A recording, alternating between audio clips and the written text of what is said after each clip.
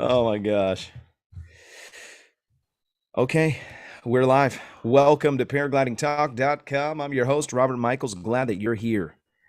And I'm glad that we're all tuned up to talk about paragliding, paramotoring, and all things flying.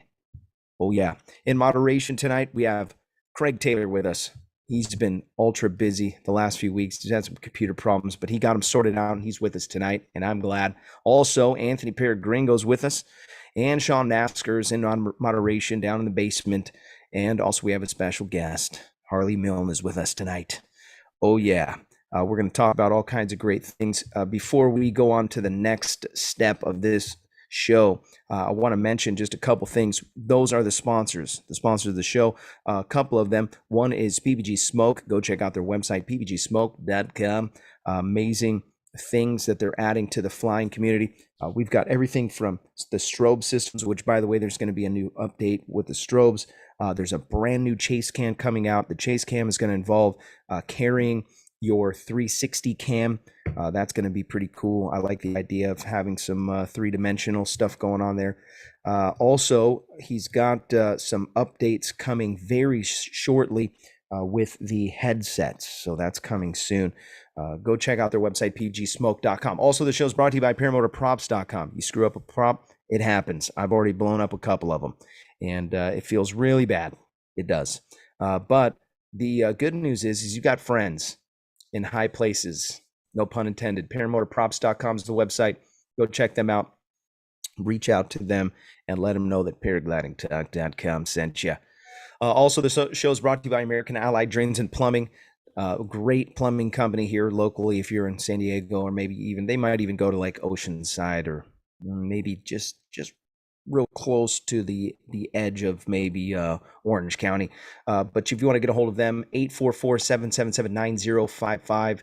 If you mention Paragliding Talk, you will get a 10% discount on your services. Sometimes your plumbing services can get up there. If you have to get a reline or you've got roots growing in your system, it can get expensive. 10% would be a great discount. Paraglidingtalk.com. We're here to serve, and so are they. So glad you're here, Harley. Thank you so much for joining us tonight. You've got some new stuff coming off the shelf. I want to mention that I'm super excited about your adventures. I know you've got some other things going right now. We shared pre-show some of the things that you're working on. Harley is the epitome of adventurist. He's not necessarily local to any place. He's a world man. And he's flown coast to coast. We did that. That was his last adventure. The adventure before that was he flew a paramotor in all 50 states. And he raised charities in each state. It was super cool how it all went down. And you can follow that by going to his channel, following him on YouTube, or you can go to 50xchallenge.com. And also, he's got some other stuff up the sleeve. He's not quite ready to release all the information, but there's some stuff coming, guarantee it. And also, if you didn't catch the last adventure, coast to coast, he flew from San Diego. He met up with Gringo, and he had a ground team and some weather support, and he took off from San Diego. So he went right from the beach of San Diego and flew all the way to Florida and touched the sand of the Pacific and the Atlantic in one swoop. Obviously, I believe we had him on with us. We had him on with us just shortly after that, as a matter of fact. We absolutely that was a good one too. I was following him on his tracker. It was like Santa. It's just coming through. Yeah, the tracker was cool, man, wasn't it? Yeah, it was, a lot. I was kind of blown away, afterwards, how many people told me, because we couldn't. I guess Garmin keeps the metrics on that, but it was pretty cool. Thank you so much for inviting me. It was a surprise, and an awesome surprise to get the call from you a couple of days ago. So glad to be here. Yeah, thanks for squeezing me in. I know you're a busy guy. Seriously, man. I just keep puttering around. I don't know what else to do with myself. I guess that's the beauty of being a bachelor. That and adventure. Adventure is it's a tall order these days. It is. It's tough stuff. Hey, before I forget, this was one of my little projects, and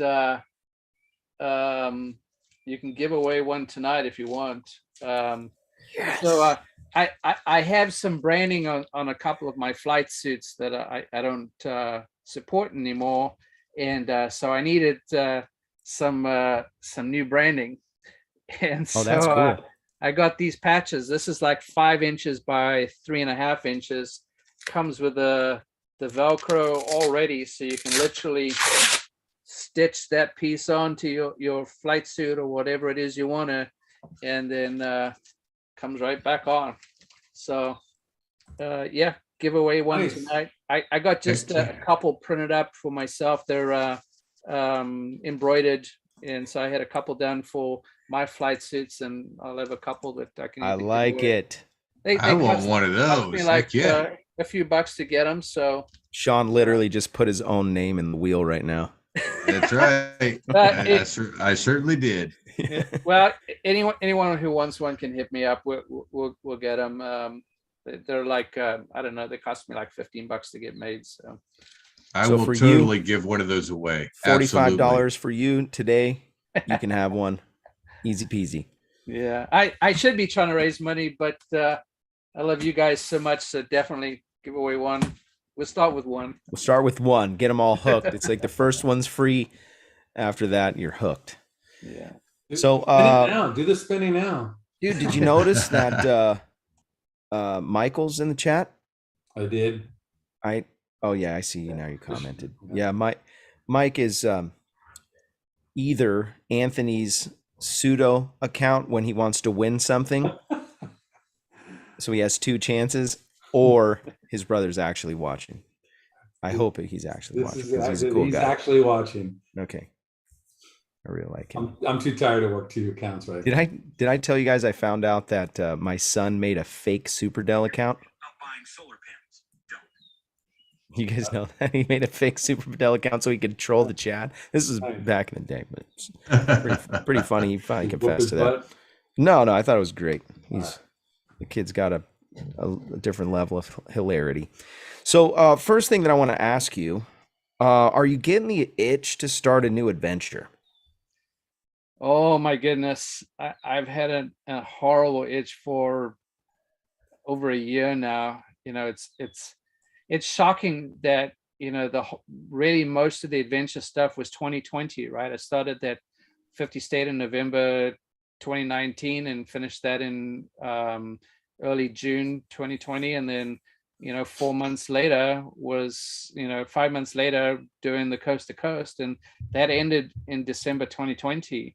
And yeah, I guess the first sort of half of last year I was pretty busy trying to put my life back together here in California, and finished off getting my pilot's license, which, you know, was a lifelong dream that I was finally able to do. And then really it was like, okay, well, it's time to, you know, think about another adventure. And it was very close to shutting my business down last year, and then it recovered, and, you know, so, but it gets in the way of all this other stuff that I really want to do that I have no idea how to pay for, and just keep doing the adventure stuff. I mean, I really wish I was in my 20s again, where I could sleep in the dirt all the time, and it was all great. But so yeah, terrible itch. The good news is I have 3 projects that I've been working on since like November last year, and they're all in very good position to do, except that one of them is not going to happen in the foreseeable future. Okay. And it was my favorite of the projects to go do. So can you share any of them? Maybe you don't want to. Okay, maybe you do. So I planned a trip to go from Alaska to Russia. Whoa! And hold on a paramotor? Yeah, on a paramotor. Wow. On a foot launch paramotor, no less. Obviously, that one's on hold. Yeah. You know, so like, interesting trip, right? I mean, yeah, a few people have done it on other forms of ultralights, mostly something with wheels, and nothing to my knowledge that would be like a foot launch type ultralight to make it across. As most people know, it's only about 70 miles from Alaska to the island, and then you're in Russia. But it's about another, I don't know, 40 to 50 miles to get to the mainland. But the real challenge is you can't just, take off anywhere in Alaska and leave the country and then just land anywhere in Russia that you want to. It doesn't quite work that way unless you're willing to get arrested and maybe not come home for a while. Yeah. So I spent a lot of time, planning a route. I found myself an agent to handle all the paperwork for the Russian side. Have been working with the FAA to get some stuff that I need to do on this side. And then even just learning about how to cross a border in a private aircraft were all things that I didn't know anything about. So much fun to even think about, like, can I do this? How would you do it? You got to learn Russian. Yeah, I was going to have a few catchphrases and write it down and so forth. Trying to talk to air traffic control could be interesting, but fortunately that all gets done in English. I'd be pre-cleared for the whole flight to get there. The real kicker is, so you can do a quick path from the US to the mainland, and then you have to follow all the way down. So you're going west, and then you've got to go south to get to the one airport that you would be authorized. And that takes a trip that you can probably do in 80 or 90 miles up to, about 180 miles. So it gets very, very tricky to try and do that. And so then you want to shorten it. If you think about what we can typically do with the amount of fuel that we carry without waivers and all that kind of thing, then you want to predominantly fly across water. And of course, that makes things very interesting. And one of the reasons I've hesitated to talk about is because it's a very difficult trip to do. You want to document it and create a video and a documentary and do all that kind of stuff, which all adds substantial cost to trying to do something like that. And then of course, if you want to talk to sponsors, well, there's two ways they can handle it, right? They can give you the money and hope you pull it off. And if you don't, then they just pretend they never knew you. Yeah. So I haven't figured out how to handle that side of things, but as we all know with the Ukrainian things, it's kind of not going to happen there. So looking at the map there, Robert, you go pretty much across, and then when you get to the mainland, you've got to go south and then cross that little where the water goes up into the mainland there. And then there's an airport that would accept an international flight to go there. I think direct flights, at least they were taking place from, I forget the name of the location in Alaska, but pretty much it's a straight shot from east to west, is how, other sort of commercial flights are still taking place. But not an easy trip, and there's nothing out there. It's not like you can just land and pick up some fuel, or if you land up in the water, you got to find somebody to come get you. It's probably not going to be the Coast Guard. So the most of the year, I'm sorry, not most of the year, there's a time of the year where this is all frozen. Is that correct? Yeah. Is that the time you're planning on doing it? No. not during global warming. No. Global cooling is when it's frozen. This would have to be a summer trip, and pretty much you'd have a very small window somewhere between July, late June, but most likely July is the only real time that it's going to work off. You've got to use the wind. It's the only way to really do that kind of a trip, and make it work. And so you've got to have it really, coming from the northeast, which it's normally coming from the northwest. So, not an easy trip. But anyway, I had a blast planning it. I love to do it.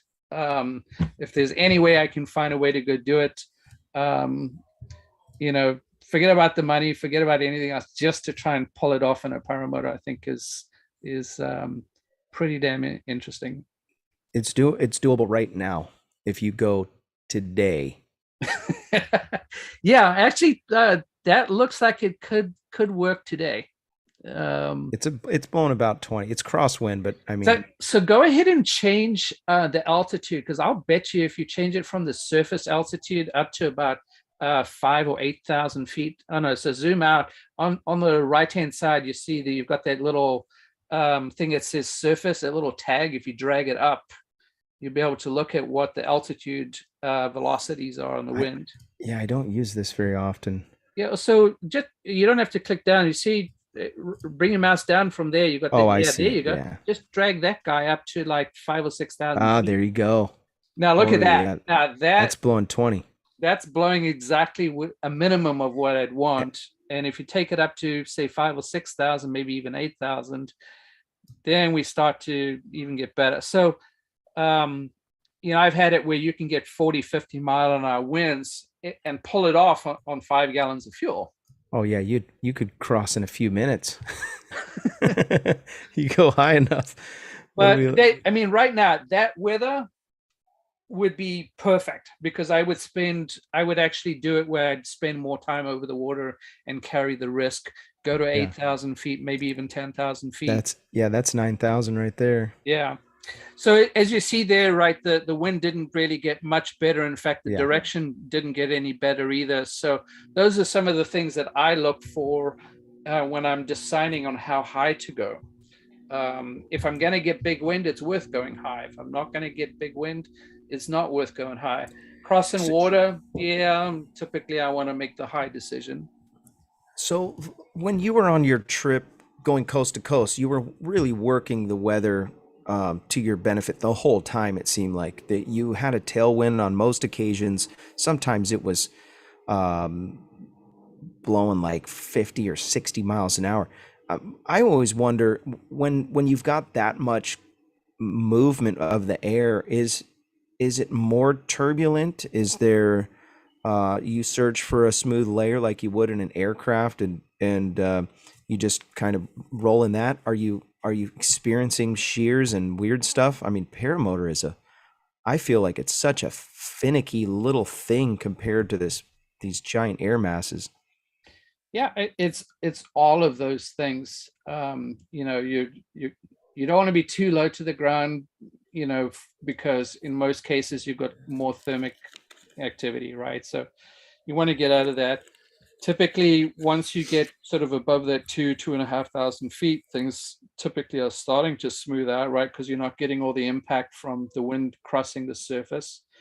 And then from there, deciding your altitude has a lot to do with what the wind speed is and what its direction is, and whether there are any shears. And this is where having your own meteorologist really pays in, because they know stuff that even as much as I do it, they can tell you things that I just don't necessarily see in some of the models.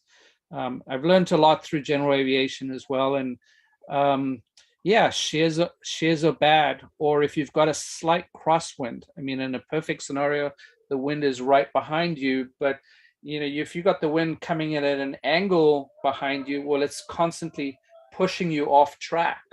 So then you're having to turn, and it's tiring if you're doing it all on your hands the whole time. So sometimes using your risers and changing, you letting the goodness, my brain is all fuzzy.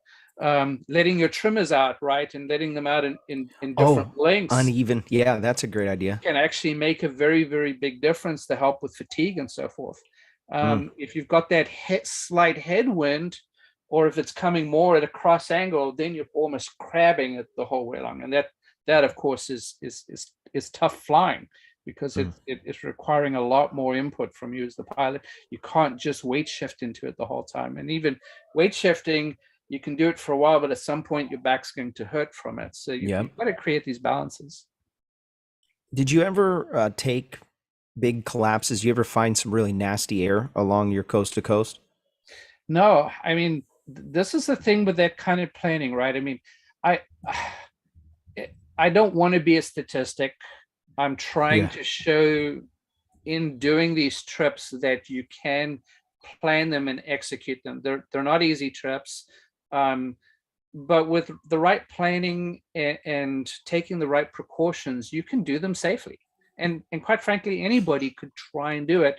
You've just got to, take the effort to go do it. So Dave Wood ordered me the weather. I mean, honestly, that I couldn't have got better weather. Sure, we had a couple days where the wind was very strong, and we tried to launch, and I blew them, and it didn't work out. But in hindsight, might have saved my butt, because I might have run into some stuff that wasn't great. That's not to say that I didn't have days where, the day that I declared an emergency and landed at an Air Force base, it was ugly. I mean, I don't think I've ever worked so hard for 2 hours doing this the whole way for 2 straight hours, trying not to fall out the sky, and then dealing with the phone. Like, I think 2 or 3 different people called me and said, "Hey, you want to chat?" And I'm like, "I'm a little busy right now." And you were still answering the phone while you're flying. Yeah. Business doesn't stop just because you're flying coast to coast on a crazy adventure. One of those people was my mom. You kind of got to take the call and go, "Hey, Mom, I'm still here." Well, yeah, she just wants to know that you're okay. You're in the air. She doesn't even know you're on an adventure. She just feels this intuition, like, I need to check on my son. Yeah, I mean, she did. She knew about that project, and of course, one of the sponsors also called while I was in. So I took the call. Yeah, you're like, "Oh, I'm glad you're calling. Right now, you have an opportunity to get a sticker on my wing." Exactly. So yeah, that's wild. That was. I mean, the coast to coast was so amazing, and got to do it again. Yeah, that's definitely. Have you heard of anybody talking about doing it besides you? I haven't yet. Surprised. I am a little surprised, because I think someone with the planning and the time could go do it, and I think they could make me look pretty silly with how to do that. If they can get the right weather, we'll be able to do it in 6 days. Like, I have no doubt in my mind. I have someone that is looking to complete some legs in Northern California. I'm going to connect you guys, because he is the epitome of adventure pilots. And I think you two could do some serious damage. Jeff Hammond. Okay. I think I know that name. Yeah. Yeah, he's on the cover of the PPG Bible. I'm convinced he has the world record for paramotoring around the world. Recorded paramotoring around the world. It's incredible, his tracks. He's been on the show a few times, so it's worth taking a peek. But I'm going to connect you, because I know he's trying to complete this leg in like Big Sur, and there's another one up even farther up the coast, but he's trying to complete this coastal, but he's going north and south. Okay. Yeah, incredible adventure coast to coast, starting in San Diego. When I first heard it, I'm like, man, that is incredibly appealing to be, just full on adventure. It obviously takes some careful consideration, and it would probably help that you're willing to burn potentially 3 or 4 weeks, just in case, if you really want to complete it. You did it in a week, right? Was it 7 days? Yeah, I mean, like from time till very end, it was 8 days and 2 hours. But in reality, there was quite a bit of showmanship. We could very easily have actually made the coast the day before, right? So we arrived, within, I don't know, 20 or 30 miles of the coast on the evening or the afternoon before. And so if I just kept going, we would have got there by sunset. But we knew the press was going to come out, and people had arranged to come and see me actually land there. That's why we literally stopped just short the night before and then flew out there. So technically 7 days, and if you take the day of weather out, that had we made better decisions, 6 days was 100% doable with the same weather. So, flying 300 miles in good weather is not that difficult. The reality is most of us are flying when the weather's not cooperating, and going 50 miles is hard work. Just 50 miles. Yeah. I mean, most people I know, they'll do a reciprocal course, right? That involves maybe 50, maybe up to 70 miles, on some form of a triangle, and that's it's hard work because you've got the weather or the wind not working for you at some point, or you've got to hopefully have no wind the whole trip. So it's still a tough bit of planning. That's for me one of the best parts. In fact, when I'm training, it's hard work because I typically have to take care of myself. So I've got to get back home somehow, which means I'm flying in crappy weather or more difficult weather, or it's going to take me much longer to go do that. So I have a 90-mile trip that I'm trying to do in preparation for something else. And I have no idea how I'm going to get home. I might have to sleep on the tarmac one night and then try and come back the next day. Oh, man. AZ Shooty donated $20 to the super chat. He said, our cat died in the front yard, so I called animal control to come and get it. They said they don't remove dead pets from private property. And he said, so I went back outside, slung it in the street, and called him back. True story. Uh-oh, Hot Butter's got some competition. Yeah, where's Hot Buttered Steve when you need him? Wow. And there's some love there. Oh, that is so funny. I don't know how I feel about that. When I grew up, we would dig a hole in the backyard, bury the dead pets in the backyard. So our backyard was like a cemetery.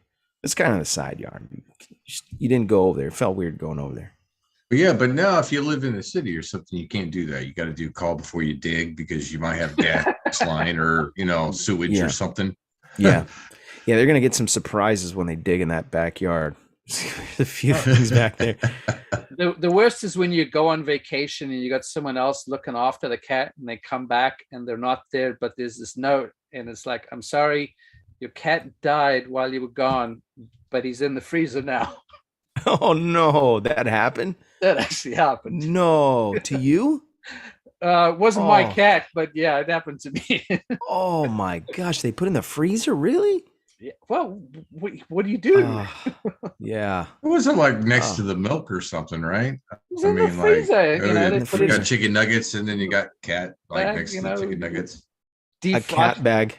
Yeah, we defrosted him and dug a hole in the backyard and Oh. I would say that's cold, but yeah, that's kind of appropriate. That's cold. Cold fitting. Let's spin the wheel, shall we? Yeah. Tonight we're going to be giving away Gerald Kalapos. I always have a hard time saying that last name. Gerald donated these retractable keychain devices. Super cool. Really appreciate that. Lanyard. He donated those. Yeah. Lanyard. Yeah. Phone keeper. It has a little carabiner. You can use that. Pretty cool little deal. So you want to spin the wheel? Yeah. Now, okay. We're gonna give one of these away first. Yeah, we're gonna spin twice, right? We got Harley's one of them. Yep. Yeah. Okay. Yeah. I wanted to make sure here. Okay. You ready? So, who commented that? Mark Rogers. He said, your cat died, but it was delicious. I got a recipe for cat, as my brother said. The rest is in the freezer. I'm not putting any more names in. You ready? Yep. Spin to win. There you go. She's spinning. The spin of this wheel is brought to you by Nebraska PPG. Josh Bowden runs a school in Nebraska, and if you're interested in getting some top-notch training, you can sign up with Josh and his team today. There's a link in the description. Also, if you want to sign up to learn how to ground handle better, Sean's going to be at the next fly-in. You can sign up at Calamity Kite Clinic, and it's cheap, man. He's not expensive at all, and it's stuff that you can learn that's going to revolutionize your flying. When you know how to fly and kite well, man, those are, oh, come on, slow. Oh, too fast. Yep. But yeah, calamityKiteClinic.com. I built the suspense in this one. Yeah.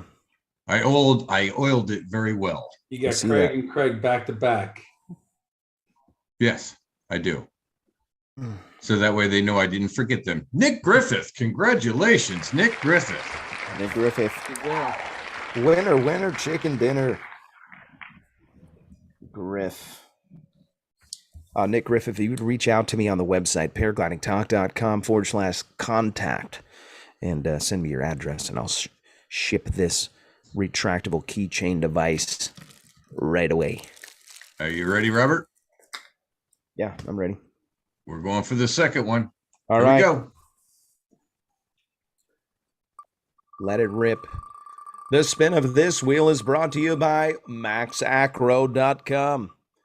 Max is a incredible instructor, by the way, and does SIV courses here locally in Southern California and also abroad. Go check out his website at maxacro.com and sign up for one of his adventures. You'll learn stuff that you would not believe you're able to learn on one of those trips, and you will never forget a trip with Max. I've had one local small one, actually two small local adventures with him, and both of them were literally life-changing. Maxacro.com is the website. Don't check out his wife. Yeah, don't check out his. Well, they're not married yet. They're getting married in the next few. Aaron I. Congratulations, Aaron I. Aaron I. So, Aaron, what I need you to do is get a hold of our guest, Harley Milne, and you can do that by reaching out to him via email. Harley, you want to share your email? Is that okay, or do you want to reach out to Aaron I somehow? How can he get a hold of you? Yeah, the easiest way is just to direct message me through Facebook. If they really don't have that, then let them get hold of Gringo and they can share my number. Yeah, don't share his number with everybody on the internet. Yeah, I mean you have my email address. You could probably share it out directly. I don't want it. There you go. Perfect. Hot Buttered Steve Productions donated $10 to the super chat. He said, I'm headed for another 3-week adventure, Robert, hitting a few beaches. Speaking of which, I'm wearing a bathing suit because I'm out of underwear. I've been there before. Nothing wrong with that. No shame in Hot Buttered Steve's game. Congratulations, you guys that won. I really appreciate everybody who's been a part of the show over a long time. I want to announce we made Bill H. a moderator tonight. Yeah, cue the round of applause. Bill has been a part of the show since the very beginning, and he shows up every day, every Thursday night, and he's got a good attitude, and he's always got good stuff to say, and that's what we're looking for in the flying community is good stuff. Good stuff. Yeah. I wanted to talk a little bit about your recent completion of your general aviation licensing. Craig Taylor just he's putting the icing on the cake for his. I'm interested to know more about this general aviation certification and how that affects your relationship with paramotoring. I've seen guys that paramotor and then segue into fixed wing aircraft, and then you don't see them flying motors anymore. Tom Kubat. And well, I mean, Tom's on a mission, right? He's making a life change in a career, and he's got to make some hours, man. That's why he's flying so much. So to give you some idea, I fly on average about 100 hours or more on the paramotor. I think my best year is well over 200 hours in that year, so not even as much as some other people do.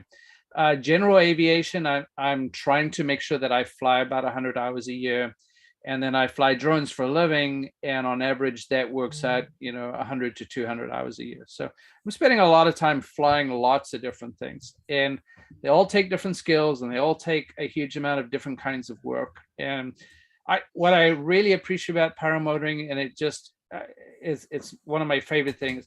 You really can, if your gear is ready and the weather is great and you have somewhere nearby, it's just go, lay it out there and go. And that by far is better than anything else. I mean, flying a drone is boring as toast. So that's where it really does come into it. And some people say they can get bored on the long cross country. For me, it's that whole challenge of going that far over terrain and making sure that something bad doesn't go wrong. That's why it's so interesting. And when I'm flying, everyone says, well, don't you get bored? Well, no, the line on the GPS says here, and if you're 2 millimeters that way off the line, well, you're flying an extra 10, 15 miles on a given flight. So you're concentrating that whole time on making sure you fly very tightly to it. So by far, I mean, paramotoring is way more fun. I love flying the plane. I can go somewhere with it. But it's also, particularly now with gas prices, it's just crazy expensive. My paramotor don't cost very much to run. Yeah. And there's even good enough days that you could launch, you turn the motor off and just thermal. Exactly. If you've got that skill. Bang for your buck and the ease of going anywhere. I mean, I think that's why the sport is so attractive and continues to grow incredibly fast. Even though we've seen prices climb pretty substantially in the last couple of years. I mean, you used to be able to get in for somewhere between 6,000 and 8,000, and then upwards from there. Now it's more like 8,000 to 12,000 and upwards from there. So it's gone up quite a lot. But that for the price of learning to get your general aviation pilot's license, in fact, even cheaper than that, now you got a form of flight that costs next to nothing to fly. You own it. And, I mean, you can seriously fly 100 or 200 hours for very, very little money and very little maintenance. Like I see, the Vitorazis, there seems to be a little bit more maintenance that they want you to do at that 100 hours, but it does seem to pay off in the fact that, your engine will probably last 400 to 600 hours in total if you do that maintenance every 100 hours. One of the things I love about my Corsair engine is really there's virtually no maintenance short of doing the carb about every 50 hours where I'm just cleaning it, and I've only had to change the diaphragms on it at every 100 hours. So I don't even put that much effort to it, and I cleaned all the carbon off the head at about 110 or 120 hours on it. So way less maintenance even than the Vitorazi. And so, I just replaced the rings on the Vito, and I don't even remember what they cost because they really weren't that very much. And I've got 200 hours on that engine, and I'm expecting to get another 100 on that engine with just the rings being changed and a carb kit. Wow. And, I see everyone worrying about the age of engines, where they don't want to buy an engine that's 100 hours old. And sure, obviously people have different skill sets in terms of maintaining, but these engines, if you talk to Vitorazzi, those engines will last 400 or 500 hours. You don't need to even replace all the bearings. They're treating it like aviation, that they want you to replace those bearings because they don't want it blowing up on you. But the reality is, I've flown Vitorazzis and I've got Corsairs that you can do 200 hours, and the only bearing I've ever changed is a piston rod bearing. Wow. And I figure I can probably fly even more before those main bearings are. Now, sure, taking more risk, it's kind of like TDO on an airplane. You kind of want to do it at the recommended. You don't want it blowing up on you in flight. But the reality is a Vitorazzi or a Corsair engine, those two that I'm familiar with, and I'm sure there's some other brands, getting 400 or 500 hours on the engine before it's toast is very doable. So, little maintenance and you're out there flying for no cost, and that's always going to be better than general aviation. What would you say is, by the way, we've got Will Fly donated $5 to the super chat. He said Resurgence PPG rocks, and they do. What would you say is happening more? Are we seeing guys that have their GA license coming over to paramotoring, or more guys that are in aviation through paramotoring or free flying going to general aviation? So I could be very wrong on this, because I think I've seen it both ways, but I think overall, it does seem that there are more people that I have met over the last 7 or 8 years that were in some other form of aviation that have come over to paramotoring. They go like, damn, that's cool. And then they realize how, how cheap it is and so forth. And they get in there and they love it. So I would say most of my experiences are people crossing back over from other forms of aviation.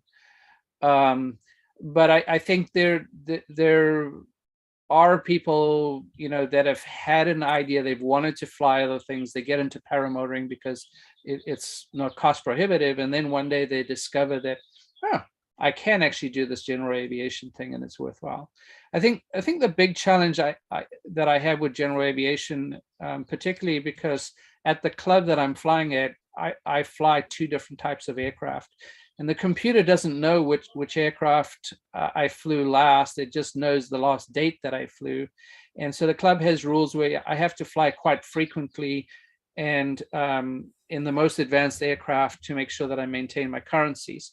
Whereas the paramotor, I don't have to do that. I can go a month or 2 months without flying, and it's not going to be a big deal. Whereas you could belong to a club where you've got to fly every 60 days and you live in Minnesota and it's impossible to fly there. Well, trying to get recurrent so you can fly during the summer is a pain in the butt. So, those are some benefits of the paramotoring is, it's 103, it's less regulated, and we don't have some of those hoops to do. That doesn't excuse, of course, if you're an inexperienced pilot, going in and getting some help and getting your wings back, if you haven't flown for a little while. But I'm finding it's actually a lot of work, particularly on the general aviation side, just to keep flying every aircraft every couple weeks to make sure that the computer knows that I'm up to date. And I'm currently working on my IFR. Well, the requirements for this is even worse, where every 6 months you've got to complete six approaches, and that means doing 1 a month. So that's a big deal. That's a tall order. And currency is a very tall order. Yeah. Yeah. Where are you at, Craig Taylor? What's your status on flying these days? You're muted. Yeah, I think you're still muted. I'm waiting on the instrument check ride, and so the private is checked off the list. The multi-engine is checked off the list, but I made a mistake. Should have did the instrument before the multi-engine, because now I have to do it in the multi-engine, which is just a juggle. So if I did the instrument first without the multi-engine, then I could have did it in a Cessna, and then the multi-engine would have been just like every other flight. Now it's going to be a little bit more challenging. So, and then your commercial as well. So I forget which way. I think you want to have your multi-engine before doing the commercial. Otherwise, you've got to do it the other way, and that's a pain in the butt. All right. It's just more money. Yeah. Throw another $10,000 at the problem. Oh no. Flight school is very quick to let you know you're about to make a mistake in your steps. No. They didn't catch that one for some reason. Oh, they caught it. They knew what was going on. Yeah. They were like, this guy, he already bought his plane. Got another one. You want the multi first? No problem. Yeah. We'll sign you up today. John Wayne donated $9.99. I assume he typed in $10 to the super chat. Thanks, John Wayne. I know he's on the move right now. John Wayne, appreciate you watching the show even when you're busy. So that's crazy. What's your plan? You're going to go your next operation. So you've got to go and take this check ride. That involves you going under the hood, but now it's going to be in your own plane. You're talking to me. Yeah, sorry, Craig. I'm interested in this whole process. It won't be in my plane. Oh, okay. It'll be in a trainer twin. Got it. Um, But it has to be in a twin engine. my plane has got a couple other hurdles. Oh, Liability kind of stuff from the instrument, not the instrument, the insurance. Oh. So I've got to. We'll talk after the show. I've got to attend some SimCom sim training and add some time with some transitions into the Chieftain. I can fly it with an instructor. I just can't fly alone before those transitions. Yep.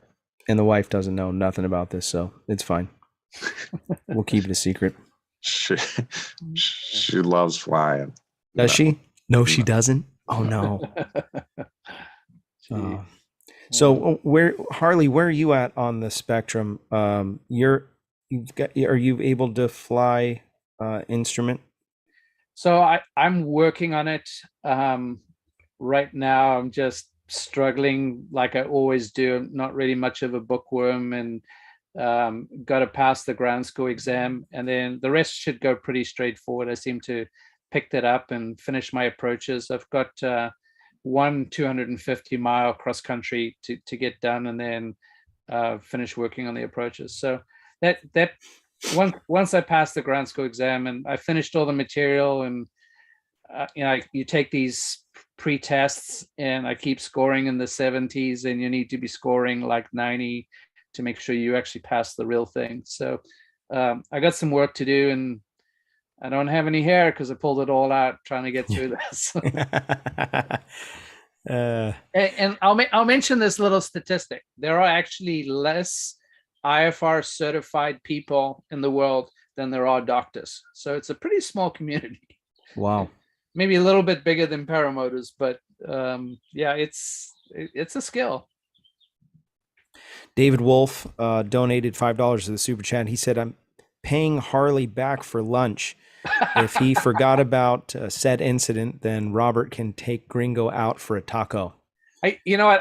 I haven't got together with David for a little while, but he's going to have an opportunity to buy me lunch or pick me up from an airport real soon. So he's too busy to do either of those things. But I guess I'm going to say it out loud. I'm going to Bad Apples. Oh, there's a whole bunch of people going to be there. Yeah. I've been watching the chat. Again, Harley. I bit the bullet, and the apple. I don't know how I'm getting from the airport to the Bad Apples. I don't know where I'm sleeping yet. Probably under somebody's camper would be just fine. Dave Wolf will he'll come pick you up. David's going to be too busy, but yeah, no, I'll just nominate him. That's fine. David, you'll take care of him. There'll be some people. If I can get the paramotor in, I need one of those, just where I can close it up small and then open it up when I get to the airport. I'm pretty sure now that I have ADSB, which is something we should talk very quickly about, and a registration for my aircraft, or for my paramotor that's now kind of an aircraft. I'd be able to just fly it. It's only 2 hours to drive 120 miles. I could fly it in 3 hours from the airport. There you go. And that's the kind of stuff Harley Milne will do and will attempt. I will do it. If I can get the clearance and they'll let me on the runway, I will do it. Kelby Cox said, Harley, I can pick you up. So coordinate with Kelby Cox. He's going to go too. All right, Kelby. Yeah, hit me up on DM, and that's one of the great ways to connect. Thank you. Yeah, Gringo's hair keeps on disappearing. It's hard to take seriously what's going on around here. He keeps on. It looks like he keeps going just straight bald. Yeah, it's pretty funny. I keep getting distracted by these things. So I feel like there was something I forgot. There was something else I was going to mention. Craig Taylor could hit it. I bet you he could probably spit that right out. What was on the tip of your brain? What was it? I don't Craig know. Taylor. You have to ask Craig. What was I going to talk about, Craig Taylor? Gosh darn it. Yeah, but I know I've been falling asleep while for you're the last thinking about 6 weeks and missing the show. he does do he's basically an engineer, a soil displacement engineer, Yeah. and so by the end of the day he's tired of moving dirt. You ever make hourglass stand stay without the glass? Oh, that's Quite a feat. That's those beach properties. Well, so while you're thinking about that, I want to talk about ADS-B very quickly because I don't know how many people are actually watching because I can't see all that stuff. But there's 50 people, no, 52.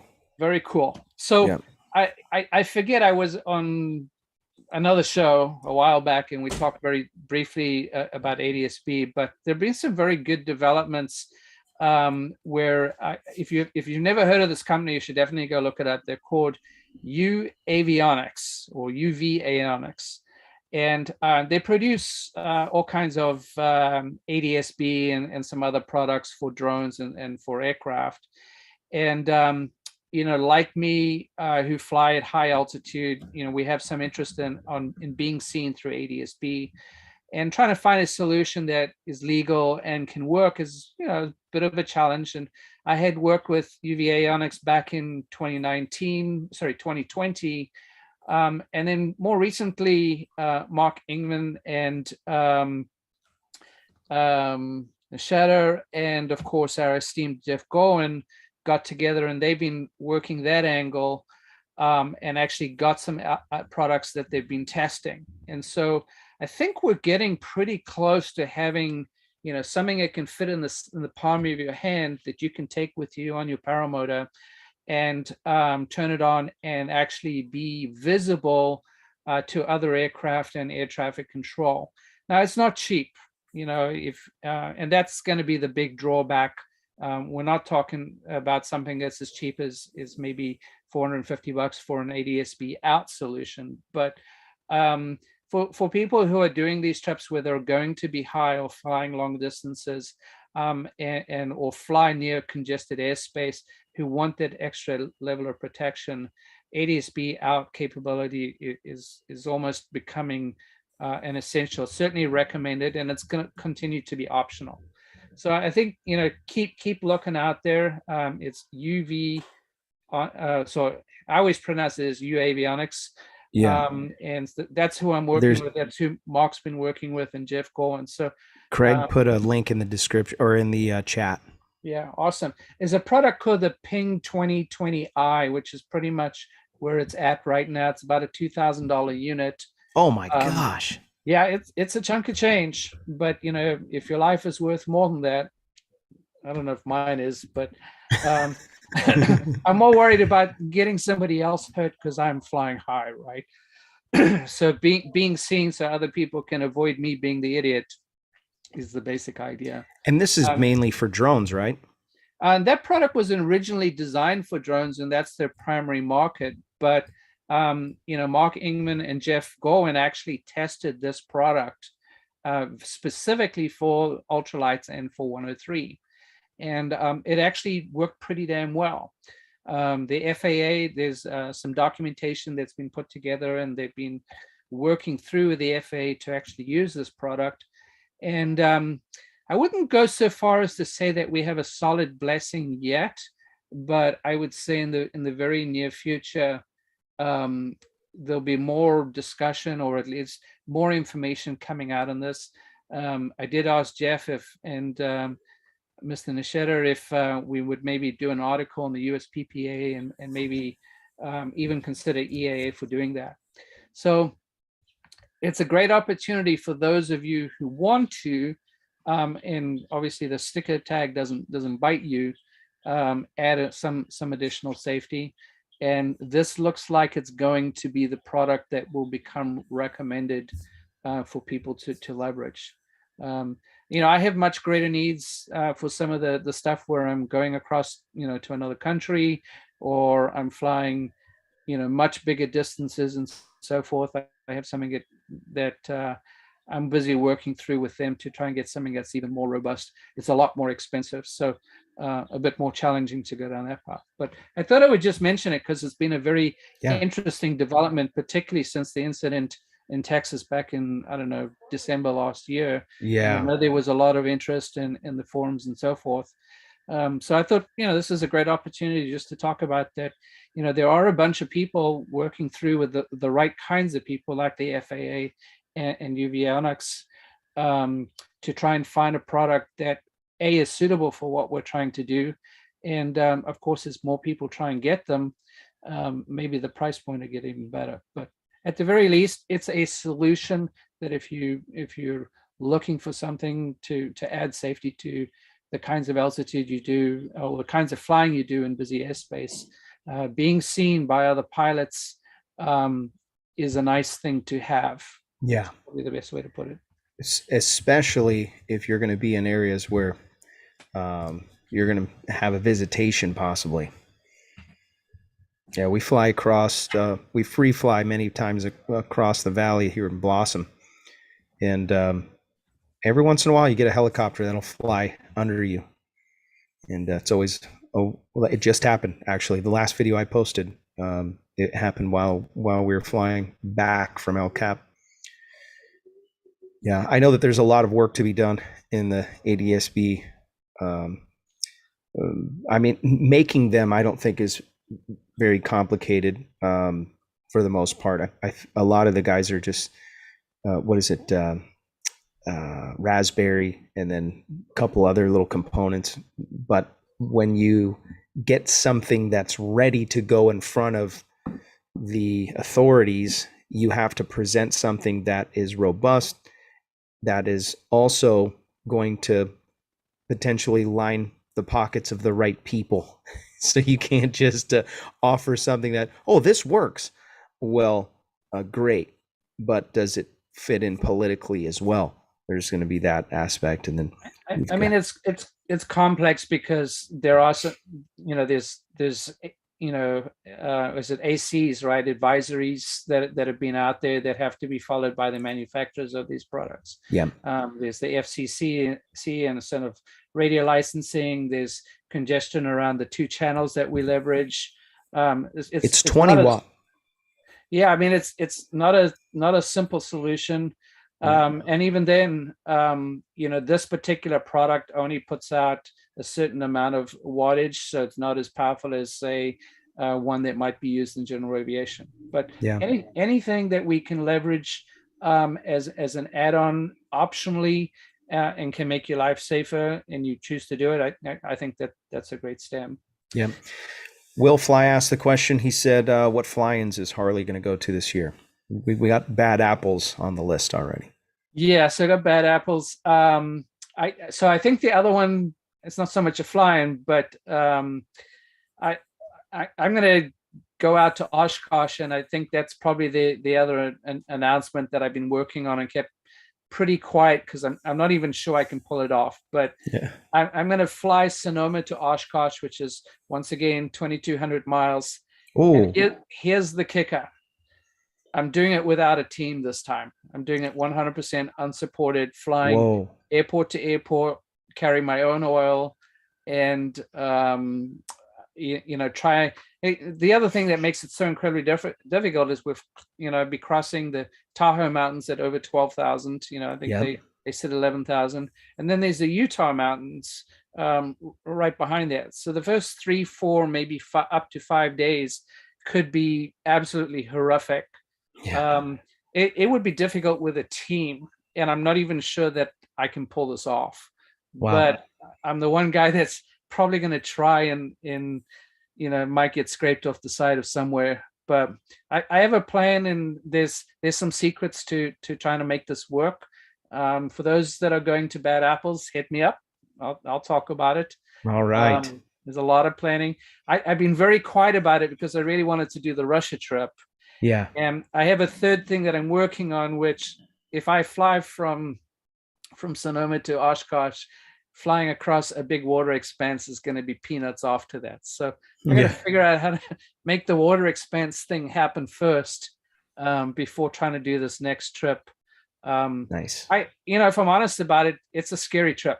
It probably, apart from waking up every morning, it'd be the most difficult thing I think I've ever tried to do. So certainly the most daunting paramotor trip. Even just trying to do the first 90 miles is not a slam dunk, because there are some mountainous areas to cross that have no outs. I'm crossing an MOA and some Delta airspace, and that's just to go the first 90 miles and then try and go another 60 to 80 miles after that, getting over the first mountain. It is not exactly an easy first couple days. Brutal. And who knows, maybe that I won't be able to get the motor tuned enough to pull it off, and may have to turn around and come back and try again after some tuning. And I know from history, when the engine's not tuned 100%, you can't get over some mountains, you burn up all the fuel, and you're ditching somewhere. And that actually happened in the coast to coast. So, and that mountain was only half the size of the one we're trying to get over. Oh my word. I do have to mention a couple sponsors. One of those is iFly Indiana Powered Paragliding. If you're interested in getting your training, no better place to get proper training than iflyindiana.com. Kevin and his team will get your feet off the ground.